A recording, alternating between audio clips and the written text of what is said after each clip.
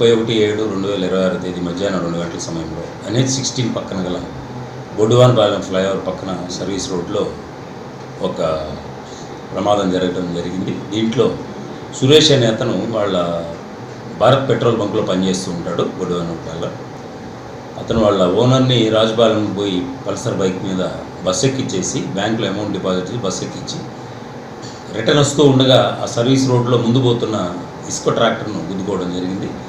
ఆ గుద్దుకున్నప్పుడు ఇతను కొంచెం స్పీడ్గా పోతూ గుద్దుకోవడం జరిగింది. దాని మీద ట్రాక్టర్కి వెనుక ఉన్న ఐరన్ బద్ది కొట్టుకొని హెడ్ ఇంజురీ అవ్వడం జరిగింది. హెడ్ ఇంజురీ అయ్యి అక్కడికక్కడే చనిపోవడం జరిగింది. దీనిలో ముఖ్యంగా ఇతను హెల్మెట్ పెట్టుకుని ఉంటే ఈ ప్రమాదం జరిగి ఉండేది కాదు. జరిగినా కానీ తలకు దెబ్బ తగిలేది కాదు. అందరికీ వాహన చోదకులందరికీ కూడా ఏంటంటే విజ్ఞప్తి, ప్రతి ఒక్కరు కూడా హెల్మెట్ వాడడము, అలాగే స్పీడ్ కంట్రోల్లో ఉంటే ఇటువంటి యాక్సిడెంట్స్ జరగకుండా ఉంటాయి. దాని మీద స్థానికుల సమాచారం మీదకి ఇమీడియట్గా మేము సీన్కి రీచ్ అవ్వడం జరిగింది. దాని మీద కేసు నమోదుపరిచి దర్యాప్తు చేస్తున్నాము.